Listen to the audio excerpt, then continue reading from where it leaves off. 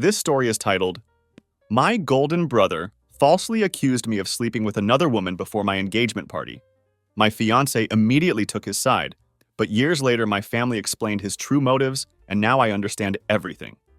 Hey Reddit, my name is Tyler, and I'm 27 years old. This happened a few years back, and I'm finally ready to talk about it. Fair warning, this story gets absolutely wild, and honestly sounds like something straight out of a movie. But I swear on everything I hold dear that this actually happened to me. You know how they say family is everything? Yeah, well, sometimes family's the one holding the knife behind your back.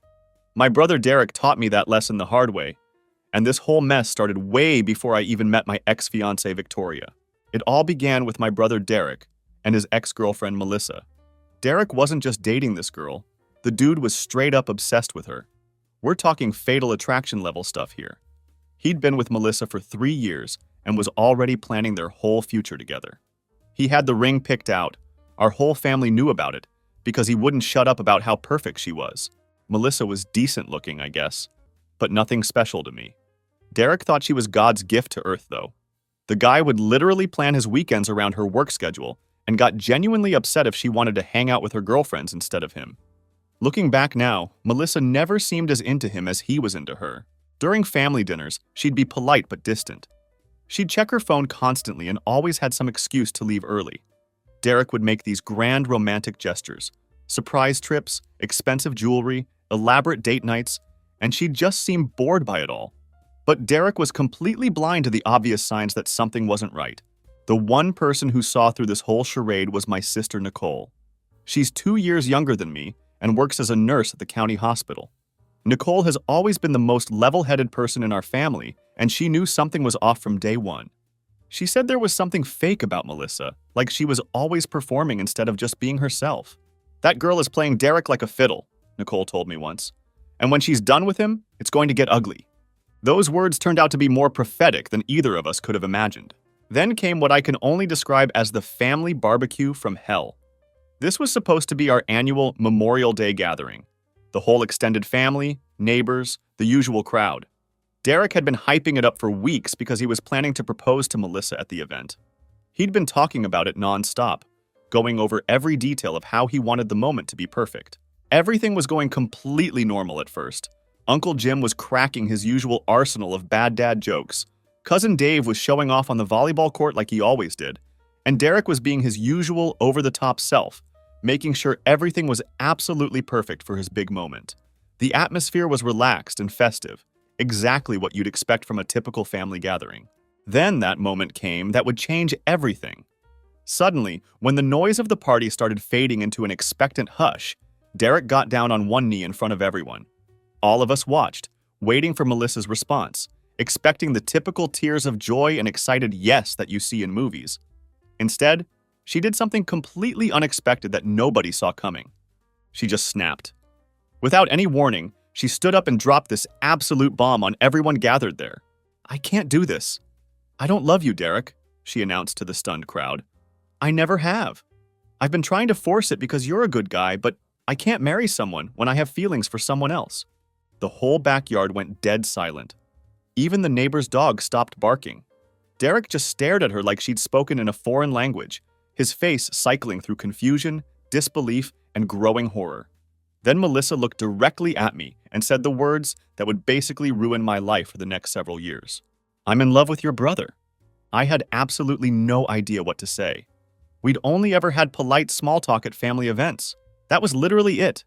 I'd never encouraged any feelings, never even thought about her in a romantic way, and certainly had no clue she'd developed any kind of feelings for me. But Derek completely lost his mind in that moment. He started yelling about how I must have been sneaking around behind his back, how I was a backstabbing piece of shit, and all sorts of other crazy accusations.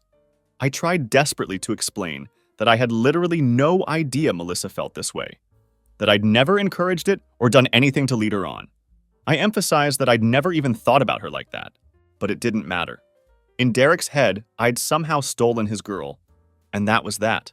Nothing I could say was going to change his mind or calm him down. Melissa tried to step in and calm things down, explaining that it wasn't anything I'd done, that she'd just developed feelings over time without any encouragement from me. But Derek wasn't hearing any of it. He stormed out of the barbecue with tires screeching. The whole dramatic exit you'd expect from someone having a public meltdown. Melissa left right after him, crying and apologizing to everyone for ruining what was supposed to be a celebration. Nicole was the only one who came up to me afterward, while everyone else was standing around in shocked silence. "This isn't your fault," she said firmly. "That girl was never going to marry him, and deep down he knows it. That should have been the end of it, right?" Girl realizes she's not into her boyfriend, makes a messy confession. Everyone moves on with their lives. But Derek turned it into his personal mission to destroy me. And here's where things get really messed up. After Melissa's confession, I genuinely thought Derek would cool off after a few days. We'd had fights before. What brothers haven't? And he'd always gotten over it eventually. I figured this would blow over like all our other disagreements. I was completely wrong about how deep his obsession would go. The first thing Derek did was blow up Melissa's phone for about a week straight. She showed me some of the texts later when she kept trying to contact me after the barbecue incident. I shut that down real quick because I wanted nothing to do with this drama. But not before I saw what my brother was capable of. This dude was sending her like 30 messages a day, ranging from pathetic begging for her to come back to calling her every name in the book. Real nice guy behavior, you know? When Melissa finally blocked him completely, that's when Derek turned his full attention to me. At first, it was just your typical sibling revenge stuff that I mostly ignored. He'd, accidentally, eat food I'd left in my parents' fridge when I visited. Or he'd conveniently forget to pass along messages when people called the house looking for me. Small petty garbage that seemed harmless enough. But then he started getting creative with his revenge tactics. And that's when I should have known this wasn't going to blow over like a normal family spat. Derek had a plan, and he was going to execute it methodically. He went after my social circle first, starting with subtle psychological warfare. He'd leave passive-aggressive comments on my social media posts. Stuff like, "Wow, that's funny coming from you," or "Interesting take from someone who..." Then he'd delete them before I could screenshot the evidence, leaving me looking paranoid when I tried to call him out on it. My best friend Tom started acting weird around me first, which really caught my attention. We'd been tight since high school, played on the same intramural basketball team in college, and hung out every weekend. We had that kind of friendship where we could go months without talking and pick up right where we left off. Suddenly, Tom was acting all distant, giving me one-word answers and declining invites to hang out. I finally cornered him and asked what his problem was, because the change in his behavior was so dramatic and obvious. Turns out Derek had been feeding him this elaborate story about how I'd been talking trash about him behind his back for years. Tom believed it completely because, and I quote, "Why would your own brother lie about something like that?" This became Derek's signature move going forward. He'd tell people I'd said something awful about them, always with just enough specific details to make it believable. None of it was true, obviously, but Derek knew exactly what buttons to push with each person in my life. He'd studied my relationships and found the perfect lies to destroy them systematically. The work situation was what really got to me, though, because that's when Derek crossed the line from petty sibling rivalry into serious life sabotage. I was working at this small marketing firm right out of college, maybe 30 employees total. It was a great job with good pay and a cool boss who treated everyone like adults rather than micromanaging every detail. I was actually up for a promotion to team lead, which would have been huge for a guy only 2 years out of school. Then, weird stuff started happening that I couldn't explain at first. My boss mentioned in passing that he'd heard I was interviewing at other companies, which was completely false. I wasn't even remotely looking for another job. I loved where I was working. A coworker asked me why I told people the company was poorly managed and heading for bankruptcy. I never said anything even close to that, and I had no idea where these rumors were coming from. It took me months to figure out that Derek had been calling the office, pretending to be different people with various concerns about my behavior and loyalty. He'd pose as a recruiter who'd supposedly spoken with me and had concerns about my attitude. Sometimes he'd claim to be a friend who was worried about negative things I'd said about the company. He even created a fake client persona who claimed I'd been unprofessional during interactions. This sociopathic brother of mine was literally creating fake identities to systematically sabotage my career. He'd researched our client list, learned the names of people in my industry, and crafted believable stories that painted me as an arrogant, disloyal employee who talked trash about the company behind management's back. The promotion I'd been working toward went to someone else without explanation. My boss started treating me differently, becoming distant and professional where he'd once been friendly and collaborative. The whole office vibe changed around me, and I couldn't figure out why everyone suddenly thought I was this backstabbing employee who couldn't be trusted. When I finally confronted Derek about it, he played completely dumb with this infuriating smug attitude. "I don't know what you're talking about, man," he said with this fake innocent expression. "Maybe people are just seeing the real you now." He had this smug smile that made me want to punch him in his stupid face, but I knew that's exactly what he wanted. I tried going to my parents, thinking they'd talk some sense into him and put a stop to this escalating harassment. That turned out to be a big mistake. They'd already bought into Derek's narrative that I was this manipulative person who'd stolen his girlfriend and was now playing the victim when faced with consequences. My mom actually said, "Well, honey, maybe this is karma for what you did to Melissa's relationship." What I did? I literally didn't do anything except exist in the same family as a girl who had feelings I didn't ask for and didn't want. But according to my parents, Derek was the victim in this situation, and I was just causing unnecessary drama and needed to take responsibility for my actions. The only person who saw through Derek's bullshit was Nicole. She'd call me after family dinners where Derek would put on his victim act, telling me not to listen to their crap, and that she could see right through his manipulation. She tried to defend me to our parents, but they'd already made up their minds about who was the villain in this story. This is where the story really goes off the rails, where Derek's revenge went from petty sibling rivalry to straight-up psychotic behavior that would destroy multiple lives. I met Victoria about 2 years after the Melissa disaster. By that point, I'd basically written off my relationship with Derek completely and was trying to move on with my life as best I could. I'd managed to get a new job at a different company after the old one never really recovered from all of Derek's sabotage. I'd moved to my own apartment across town and was actually doing pretty well for myself, all things considered. Victoria was everything I could have hoped for in a partner. She was funny and smart, with this dry sense of humor that matched mine perfectly. She'd grown up in a small town about an hour outside the city and came from this big Irish family where everyone talked over each other and had strong opinions about everything. It was the complete opposite of my family's passive-aggressive nonsense, and I found it refreshing. We dated for about 1.5 years before I proposed, and she said yes before I even finished asking the question. We both had stable jobs and similar life goals, so it felt right on every level. Planning the wedding was actually fun, which everyone told us was rare and something to be grateful for. Victoria's family welcomed me immediately, treating me like I'd always been part of their clan. For the first time in years, I felt like I was part of a real family again, one where people actually supported each other instead of tearing each other down. My parents were surprisingly supportive too, which caught me off guard given how they'd sided with Derek during the Melissa situation. They seemed genuinely happy that I'd found someone special. Nicole was absolutely thrilled for me, saying it was obvious how happy Victoria and I made each other. She helped with wedding planning, threw Victoria a beautiful bridal shower, and even stood up as one of my groomsmen since we were doing a mixed wedding party. Having her support meant everything to me during this time. Derek, on the other hand, had been suspiciously quiet during the whole engagement period. He showed up to family dinners when I brought Victoria around, made polite conversation with her, and even congratulated us when we announced the wedding date. This was way too normal behavior for him, and I should have known something was seriously wrong. But I was happy, you know? I wanted to believe that maybe Derek had finally moved on from the Melissa situation, found some peace, and decided to let the whole thing go. I thought maybe seeing me happy and settled would help him realize how pointless his revenge campaign had been.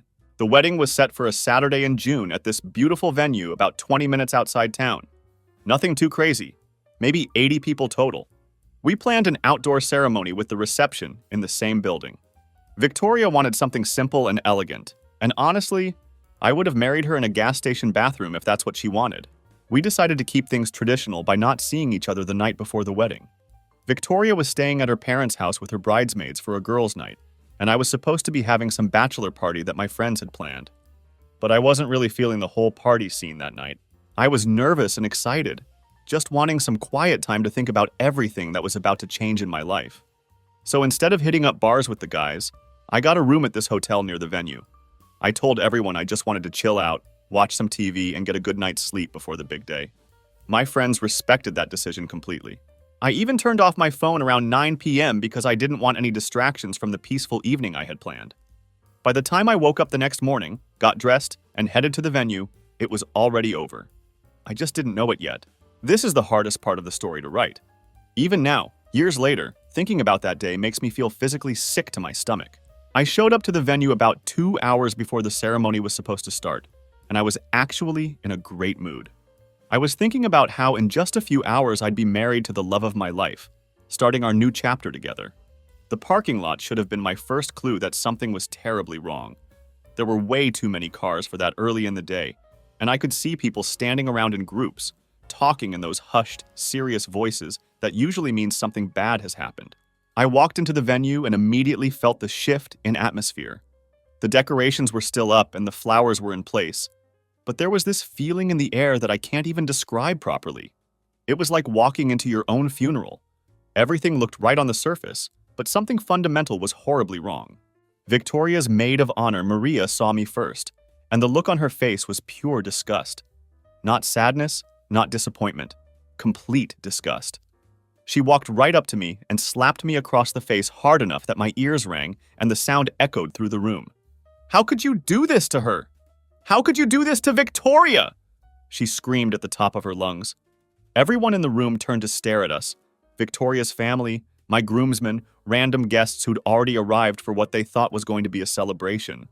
All of them were looking at me like I was some kind of monster. I had absolutely no idea what she was talking about. "I asked where Victoria was," said I. "Needed to talk to her and figure out what was going on." Maria laughed this bitter, angry sound that made my skin crawl. "She's gone, you piece of trash. She's gone and she's never coming back," Maria spat. "She knows what you did." That's when Derek stepped out of the crowd, my own brother wearing his groomsman tux and looking like he was attending my execution instead of my wedding. He had this satisfied expression on his face that I'll never forget, pure triumph mixed with fake sympathy. "I'm sorry, man," he said loud enough for everyone to hear. "I didn't want to be the one to tell her, but I couldn't let her marry you without knowing the truth." He pulled out his phone and started showing people photos. I couldn't see them from where I was standing, but I could see everyone's reactions. Shock, disgust, anger. Whatever Derek was showing them, it was convincing as hell, and painting me as the worst kind of person. "This is Brittany," Derek announced to the room with theatrical gravity. "She came forward because she couldn't live with the guilt anymore. She's been seeing my brother for 4 months, including last night." A woman stepped forward from the back of the room. Mid-20s, blonde hair, wearing a dress that was way too formal for someone who was supposedly just dropping by to confess an affair. She looked nervous as hell and kept glancing at Derek like she was waiting for him to tell her what to say next. But she played her part perfectly. "I'm so sorry," she said, and I'll give her credit. She sounded genuinely upset. "I never meant for it to go this far. He told me he was going to call off the wedding, that he was going to leave her for me. When I found out he was still going through with it, I couldn't stay quiet. I tried to speak, tried to explain that I'd never seen this woman before in my life, but nobody wanted to hear anything I had to say. Derek showed them what he claimed were text messages between me and Brittany, intimate photos that supposedly proved we'd been together, and even a video that he claimed showed me and her together the previous night. The worst part was watching my own parents just stand there in complete silence. They didn't defend me, didn't question Derek's story, didn't even look like they were surprised by these accusations. My mom actually nodded along when Derek explained how disappointed he was to have to expose his own brother like this. The betrayal from my own family cut deeper than anything else that happened that day. I kept asking to see this supposed evidence, demanding that someone show me these photos and messages that supposedly proved I was cheating on the woman I loved. But Derek played it perfectly, like he'd rehearsed this moment 1,000 times. He said he'd already shown everything to Victoria and her family, that they'd seen enough proof, and that there was no point in humiliating me further by making it public.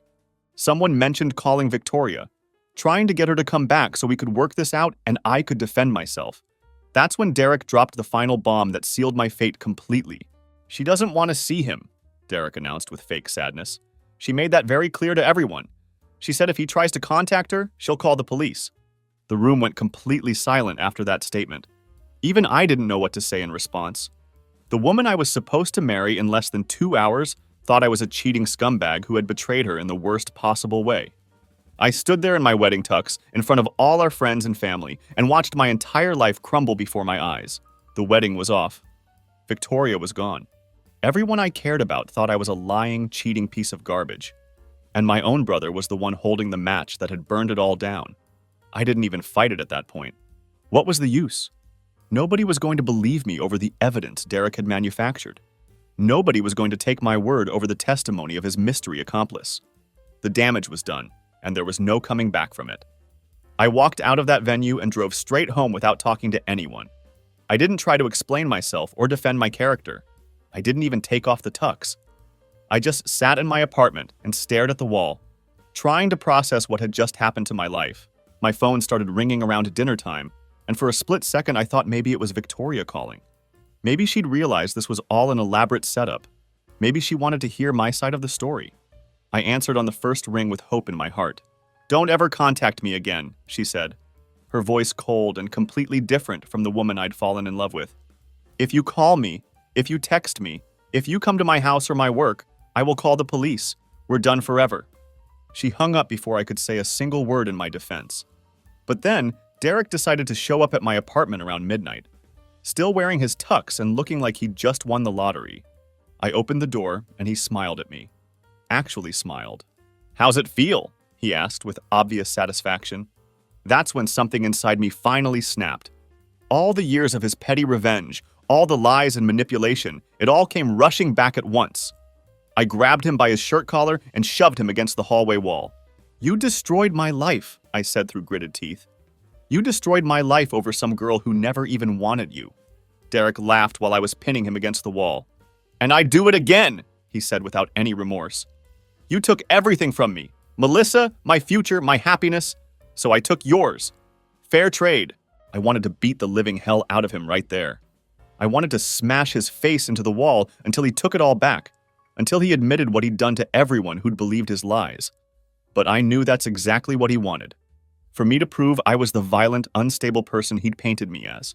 So I let him go, opened my door, and shoved him out into the hallway. He walked away whistling like he'd just had the best day of his life. Now, here's the thing. I got stupid in that moment. I should have recorded that conversation where Derek confessed everything, but anger clouded my judgment completely. I wasn't thinking straight, and all I could see was red. So I did the one thing which seemed like the best solution at that time. I walked away and tried to move on with my life. I spent the next 3 years trying to rebuild everything Derek had destroyed, and for the most part, I was actually succeeding. I got a better job in a different field, moved to a different city where nobody knew about the wedding disaster, and slowly started putting the pieces of my life back together. I was doing okay, all things considered. The only person from my family I stayed in contact with was Nicole. She'd moved out to Atlanta for work, but we talked every few weeks to catch up. She never bought into Derek's version of events for a second, and she kept me updated on all the family drama I was missing by staying away. According to Nicole, Derek and Victoria had gotten together officially about 6 months after my ruined wedding. Yep, you heard that right. They moved in together, got married within a year, and had a kid pretty quickly after that. From the outside looking in, it appeared like the perfect family. Derek had gotten everything he wanted, and Victoria seemed happy with her choice to be with him. But Nicole saw through it all from day one because she knew Derek better than anyone. "He doesn't love her," she told me during one of our regular phone calls. "He just loves that he won. The second the novelty wears off, this whole thing is going to implode spectacularly." She was absolutely right about that prediction. Derek wasn't the devoted, loving husband once he had Victoria locked down with marriage and a baby. He basically stopped trying to maintain the facade that had attracted her to him in the first place. He'd work late constantly, blow off family events that were important to her, and forget anniversaries and birthdays like they didn't matter. It was classic behavior of someone who was only interested in the chase and the conquest, not the actual relationship that came afterward. Nicole started getting weird phone calls from Victoria, asking if Derek's behavior was normal, if he'd always been so distant and selfish with the people he claimed to care about. Nicole tried to stay neutral at first, not wanting to get involved in their marital problems. But it was getting harder and harder to ignore the obvious issues in their marriage, especially when Victoria kept reaching out for advice about Derek's increasingly problematic behavior. Then, last month, Nicole called me with news that changed absolutely everything about this whole situation. "It's all falling apart," she said with barely contained excitement. "Victoria found out Derek was cheating on her. She's filing for divorce, and Derek just ran away to God knows where. But you're never going to believe who he was cheating with." The answer was Brittany, the same woman who'd helped Derek frame me at my wedding. She'd been sleeping with him behind Victoria's back for years, possibly even before my wedding day. The irony was so perfect it felt like poetic justice. The same woman Derek had used to destroy my relationship had been destroying his the entire time. But here's where it gets really interesting. When Victoria confronted Brittany, expecting her to deny everything, or at least show some shame about the affair, Brittany broke down and confessed everything. Not just the affair, but everything about the wedding setup. She told Victoria about the fake photos, the staged text messages, the video, and the whole elaborate scheme Derek had orchestrated to ruin my wedding day. Nicole had been waiting for this moment for 3 years, and when Victoria called her sobbing and asking for my contact information, Nicole was ready to help set things right. "I need to see him," Victoria had told Nicole through her tears. "I need to apologize. I need to make this right somehow." That's when I realized what I needed to do. This was my chance to finally get justice for everything Derek had put me through. "I've got a plan," I told Nicole when she called me with this update. "You thinking what I'm thinking?" Nicole asked, and I could hear the excitement in her voice. "I'm thinking it's time for some justice," I said firmly. "I'm in," she said immediately. "Whatever you need me to do." I had Nicole reach out to Brittany through a mutual friend, posing as someone who just wanted to understand what had happened during this whole messy situation. We set up a meeting at a coffee shop in Atlanta, with Nicole claiming she was trying to help Victoria process everything that had happened and needed to hear Brittany's side of the story to get the full picture. I flew out to Atlanta the next week, and Nicole had briefed me on exactly how to play this conversation. The key was to be sympathetic rather than accusatory, just a concerned brother trying to understand why his family had fallen apart so dramatically. We needed Brittany to feel comfortable enough to tell us everything. Brittany was an absolute mess when we met her at the coffee shop. She'd obviously been crying for days and looked like she hadn't slept properly in weeks.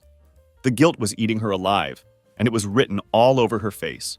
She kept fidgeting with her hands and couldn't make eye contact with either of us. Nicole played her role perfectly, acting like the concerned sister who just wanted to help everyone heal from this family tragedy. She asked Brittany to walk us through exactly what had happened, claiming it would help Victoria understand how things had gone so wrong and maybe find some closure. Brittany spilled absolutely everything without much prompting. She told us how Derek had approached her 8 months before my wedding, offering to pay her $5,000 to help him teach his brother a lesson. She explained how they'd staged all the photos and text messages over the course of several weeks, with Derek coaching her on exactly what to say and when to say it for maximum impact. But the real bombshell came when she admitted that she and Derek had been hooking up the entire time they were planning the setup. "He told me he was going to leave Victoria after a few years anyway," Brittany said, crying openly now. "He said once he proved that he could take anything away from his brother, he'd be done with her too. It was always supposed to be temporary." Nicole kept her talking for over an hour, getting every single detail of Derek's plan on record. By the time we left that coffee shop, we had enough evidence to completely bury him legally and socially. The next morning, I filed a police report for fraud and conspiracy, and I also contacted a lawyer about filing a civil lawsuit for defamation, intentional infliction of emotional distress, and interference with contract. Apparently, my ruined wedding counted as interference with contract, which I never would have known without legal help. When the detective assigned to my case heard Brittany's recorded confession, he actually whistled in amazement. "This is one of the most elaborate revenge schemes I've ever seen," he said, shaking his head. "Your brother put a lot of work into destroying your life. The problem is, he's in the wind now. His wife says he cleaned out their joint account and hasn't been home in a week. Derek knew this was all going to come out eventually, so he'd been planning his escape route just like he'd planned everything else. But running just made him look guilty as hell, and it gave us time to build an absolutely airtight case against him. While he was hiding wherever cowards go to hide, the detective issued a warrant for Derek's arrest and warned me it might take time to track him down. While we waited for Derek to slip up and get caught, Victoria filed for divorce and got emergency custody of their daughter. She also provided additional evidence to support my case: text messages between her and Derek, financial records showing payments to Brittany, and even the original fake photos he'd shown her on the wedding day. My parents finally called me after they learned about the police investigation. They were devastated, unable to believe their good son had been capable of something so calculated and cruel. They begged me to come home and let them make it up to me somehow. I told them we'd see what happened after Derek faced justice for what he'd done. Some bridges can't be rebuilt until the person who burned them down pays the proper price. I had evidence, I had witnesses, and I had 3 years of accumulated rage motivating me to see this through to the end. The hunt for Derek was just getting started, 4 months after Derek disappeared. And let me tell you, the legal system moves slower than a government DMV on a Monday morning. We'd been busy building what my lawyer called the most thoroughly documented case of sibling revenge he'd ever seen in his career. First off, Brittany agreed to cooperate fully with the prosecution in exchange for immunity from conspiracy charges. It was a smart move on her part, because the alternative was potentially facing serious criminal charges herself for her role in the fraud. Turns out Derek had paid her way more than the initial $5,000 he'd promised. Over the 8 months they'd spent planning my destruction, he'd given her nearly $15,000 in what he called consultation fees for helping perfect their little revenge plot. The paper trail was extensive and detailed, proving this wasn't some spur-of-the-moment decision made in anger. This was a carefully orchestrated campaign designed to destroy my life as thoroughly as possible. My lawyer is this old-school prosecutor turned defense attorney who's seen every kind of case you can imagine. When I first showed him Brittany's recorded confession, he actually laughed out loud. Your brother is either the dumbest criminal I've ever seen, or he thought he was so smart that he'd never get caught, Dave said, shaking his head. Either way, he's completely screwed. The civil lawsuit moved faster than the criminal case, since Derek had fled, and the court allowed us to proceed in absentia. This meant we could move forward without him being physically present to defend himself. We filed for damages including lost wages, emotional distress, and punitive damages for the sheer maliciousness of what he'd done to me. But then Victoria reached out to me directly, asking for a face-to-face meeting. I need to see you, she said during our first phone call in years. Her voice was different, older, more tired, filled with regret. I agreed to meet her, and Nicole came with me for moral support. Victoria looked absolutely terrible when we met. She brought their daughter Sophie with her, and the little girl was quiet and well-behaved, but you could see the confusion in her eyes about what was happening to her family. I know nothing I say can fix what I did to you, Victoria started, and she was crying before she even finished the sentence. I destroyed your life based on lies, and I'll never forgive myself for that.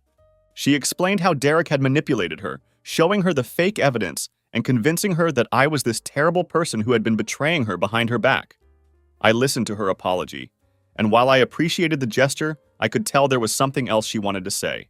Then she continued with what she'd really come to ask. I want to know if there's any chance we could try again, she said quietly, not meeting my eyes. I know it would take time. I know you'd need to learn to trust me again. But we were so good together before Derek destroyed everything. I looked at this woman who had once been the love of my life, and I felt nothing. No anger, no love, no desire for reconciliation. What we had was destroyed years ago. I know it wasn't entirely your fault, but please just give us a chance, she pleaded through her tears. No, Victoria, it's in the past now. I've moved on, I said firmly. She nodded, tears streaming down her face, but I could see she understood.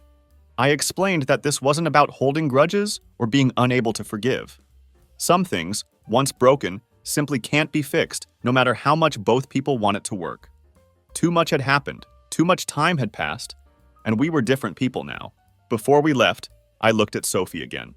This innocent kid had no idea that her father was a sociopath who had destroyed multiple lives for his own twisted sense of justice. She's going to need stability, I told Victoria seriously. Don't screw this up for her. Meanwhile, the criminal case was moving forward with impressive momentum. The prosecution had brought in digital forensics experts who analyzed Derek's computer and phone records with meticulous detail. What they found was absolutely damning.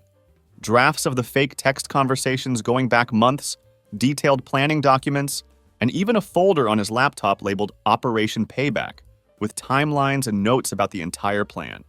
Derek had been covering his tracks well since disappearing. He stayed completely off social media, avoided using credit cards or anything that could be traced back to his real identity, and had essentially vanished into thin air.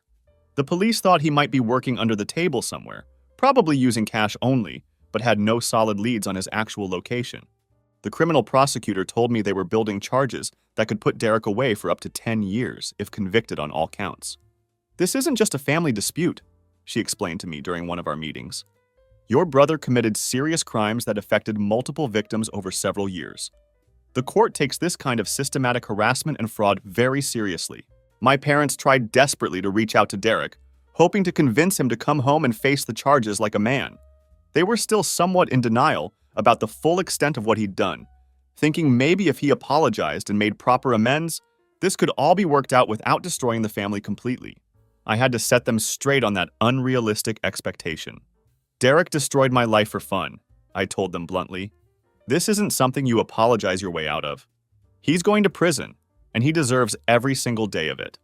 By month 5 of the investigation, we had enough evidence to convict Derek 10 times over. The only problem was actually finding him and bringing him to justice. But I knew Derek better than anyone else in this world, and I knew his fundamental weaknesses that would eventually be his downfall. He was arrogant to his core. He needed to feel superior to everyone around him.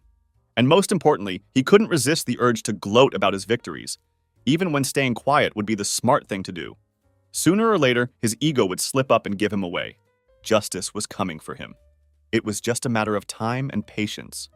The net was closing around him, and when it finally snapped shut, he was going to pay for everything he'd done to me and everyone else he'd hurt along the way.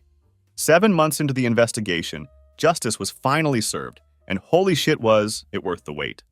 Derek finally got caught 4 weeks ago in Las Vegas, Arizona, of all places. He'd been working at a construction site under a fake name, living in some sketchy motel and basically existing like the fugitive piece of garbage he'd become. What got him caught? His own stupidity, of course. Apparently, he'd been drinking at some dive bar one night and started bragging to complete strangers about how he'd outsmarted everyone in his family and gotten away with the perfect revenge. Someone at the bar thought he sounded sketchy and suspicious, so they called the local cops to report him. When the police ran his fake ID, it came back flagged in the system, and boom, he was in handcuffs. The call from Detective Morrison was one of the best moments of my entire life. "We got him," he said, and I could hear the satisfaction in his voice. "Your brother is sitting in a holding cell in Arizona, and he's not going anywhere this time." They flew him back in shackles, and the trial moved fast once he was back in custody. His public defender tried desperately to negotiate a plea deal that would reduce his sentence, but the prosecutor wasn't having any of it. "Your client had 6 months to come forward and take responsibility for his actions," she told them firmly. Instead, he chose to flee and waste taxpayer money on a multi-state manhunt. "We're going to trial, and we're seeking the maximum penalty." The jury deliberated for exactly 2 hours. 2 hours. They came back with guilty verdicts on all counts: conspiracy, fraud, identity theft, harassment, criminal impersonation, and something called aggravated stalking because the harassment had gone on for multiple years with clear intent to cause maximum damage. The judge sentenced him to 8 years in prison, followed by 5 years of probation with strict conditions. He also ordered Derek to pay $175,000 in restitution, $75,000 to me for damages, and $100,000 to cover court costs and the expenses from the manhunt that his stupidity had necessitated. After the sentencing, I did something I'd been planning for months. I put in a request to visit Derek in prison, wanting to have one final conversation with the brother who had destroyed my life. He agreed to see me, probably thinking he could manipulate me one last time or get some kind of sympathy. He picked up the phone on his side of the glass partition, and for a minute we just stared at each other in complete silence. Then he said what I'd been waiting to hear for almost 5 years. "I know why you're here," he said with that familiar, arrogant tone. "Do you?" I asked calmly. "You want to gloat. You want to see me suffer," he said, trying to sound defiant but failing miserably. I leaned back in my chair and smiled genuinely for the first time in this whole ordeal. "Actually, Derek, I don't need to tell you anything. Your life speaks for itself at this point." Derek's face was getting red, but I wasn't done delivering the reality check he desperately needed. "You think you've won. I still took everything from you," he said desperately. "I destroyed your wedding, your relationship with Victoria, You took one thing from me, Derek. One thing," I interrupted him. "And in return, you lost absolutely everything that mattered." I looked him directly in the eye and continued. "Your wife, your daughter, your career, your freedom, your future, all gone. You're going to spend the best years of your life in prison, and when you get out, you'll be a middle-aged felon with nothing." I stood up to leave, but I had one more thing that needed to be said. "Oh, and Derek? Melissa lives in Chicago now. She's married, has 2 kids, seems really happy. I looked her up on Facebook last week out of curiosity." I paused for effect. "She doesn't even remember your name." I hung up the phone and walked away, leaving Derek sitting there in his orange jumpsuit, finally understanding that his obsession had cost him everything he could have had in life. I thought that was the end of it. I was finally done with this whole nightmare and could move forward with my life. But apparently, the universe wasn't done screwing with me yet, because what happened next is so insane that I'm still trying to process it all. So after my last meeting with Victoria, I figured that was it. We'd both said what we needed to say, got our closure, and that would be the end of our story. I was completely wrong about that assumption. Last week I was working from home, minding my own business and trying to focus on a project deadline when I heard a car door slam outside my apartment. Then I heard a kid crying, which immediately got my attention because children don't usually visit my building. I looked out my window and nearly had a heart attack. There was Victoria's car in my parking lot, and she was pulling that little girl Sophie out of the back seat. The kid was crying hysterically and clearly had no idea what was going on or why she was being dragged to a stranger's apartment. Victoria looked like she was about 5 minutes away from a complete mental breakdown. Before I could even process what I was seeing, Victoria was marching up to my door with her daughter in tow, looking absolutely unhinged. "I know you're in there!" she was yelling loud enough for the whole complex to hear. "I can't do this anymore!" I opened the door because the neighbors were starting to come out and stare at the commotion. The second I opened it, Victoria pushed past me into my apartment, dragging Sophie behind her like a piece of luggage. "She's your problem now," Victoria said, and I swear to God she sounded completely detached from reality. I never wanted to be a mother. I only had her because Derek wanted a kid, and now he's in prison and I'm stuck with this mess. The little girl was looking back and forth between us, crying and clearly terrified by her mother's behavior. I was standing there in complete shock, trying to figure out what the hell was happening and why Victoria thought this was an acceptable solution to her problems. Victoria started ranting about how she couldn't handle being a single mom, how the kid reminded her too much of Derek, and how she needed to start fresh without any reminders of her old life. It was clear she'd had some kind of complete psychological break. "Why are you bringing her to me?" I asked, because none of this made any logical sense. "Because you're the only decent man I know," she said desperately. "Derek is a piece of garbage. My dad lives across the country, and I don't trust any of the other guys in my life." "Victoria," I said as calmly as I could, "I can't just take your daughter. That's not how this works. She needs her mother." "I don't want to be her mother anymore," she screamed loud enough that the kid started crying even harder. "I'm done. I'm moving back in with my sister in Texas, and I'm not taking her with me." At this point, I was realizing that Victoria had completely lost touch with reality. I told her she needed to leave, that she needed to get professional help, and that abandoning her child wasn't a solution to anything. But she was already headed for the door with determination. "If you won't take her, I'll just leave her at a fire station or something," she said with terrifying casualness. "At least then she'll be someone else's problem." That's when I knew I couldn't let her walk out that door with that kid. So I called the police immediately. She tried to leave, but I blocked the door until the cops showed up to handle the situation. When they arrived, the whole situation became a nightmare of paperwork, phone calls, and social services involvement. Long story short, Victoria was deemed unfit to care for her daughter and was placed under psychiatric evaluation. The kid needed somewhere safe to go while they figured out a long-term placement solution. Since I was the only stable adult present who had any connection to the situation, and since my parents vouched for me when social services called them, I ended up with temporary emergency custody while they worked out a permanent solution. That was 2 weeks ago, and Sophie is still here with me. My parents have been incredibly helpful, visiting every day to help me navigate this completely unexpected situation. Victoria is currently in some kind of inpatient treatment facility and isn't allowed to make any decisions about Sophie's care right now, which is probably for the best given her mental state. Sophie has been through absolute hell in her short life. Her dad abandoned her and is now in prison. Her mom tried to give her away like an unwanted pet, and now she's living with someone she barely knows in a completely unfamiliar place. But despite everything she's endured, she's tougher than she looks and more resilient than any kid should have to be. She started sleeping through the night, which the social worker said was a good sign that she's beginning to feel safe here. Yesterday, she asked if she could help me make pancakes, and it was honestly one of the sweetest moments I've experienced in years. Seeing her smile for the first time since this whole mess started made me realize how much this little girl deserved better than the family she was born into. I don't know what's going to happen long term, and I'm trying not to get too attached while everything is still uncertain. We've contacted Victoria's parents, who live in another state, and there's serious talk about them applying for permanent custody. Since they're blood relatives and have the financial stability and emotional capacity to provide for her properly, that might be the best solution for everyone involved. The one thing I know for absolutely certain is that Sophie deserves so much better than the toxic family she was born into. Whether her future ends up being with me, my parents, or Victoria's parents, she's going to get the love, stability, and support she needs to thrive. That's a promise I'm committed to keeping, regardless of how the legal situation plays out. There's something poetic about Derek's final victims being the daughter he claimed to love and the woman he supposedly won as his prize. His revenge against me ultimately destroyed the very things he thought would make him happy. He lost everything that mattered while trying to take everything from me. And now an innocent child is paying the price for his obsession. But maybe something good can come from all this destruction. Maybe Sophie will grow up knowing that not all adults are selfish and manipulative, that some people actually keep their promises and put children's needs first. Maybe she'll learn that family isn't just about blood relations, but about the people who show up when it matters most. So that's where my story stands right now. Thanks for reading through this whole insane journey with me.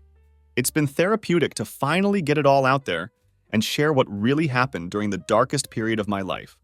Derek thought he was writing my ending when he destroyed my wedding, but instead he just gave me a different beginning. Here's to better days ahead, both for me and for Sophie. She deserves a childhood filled with love instead of chaos, and I'm going to do everything in my power to make sure she gets it. What would you do in my situation? How do you even begin to explain this level of family betrayal to people who haven't lived through it?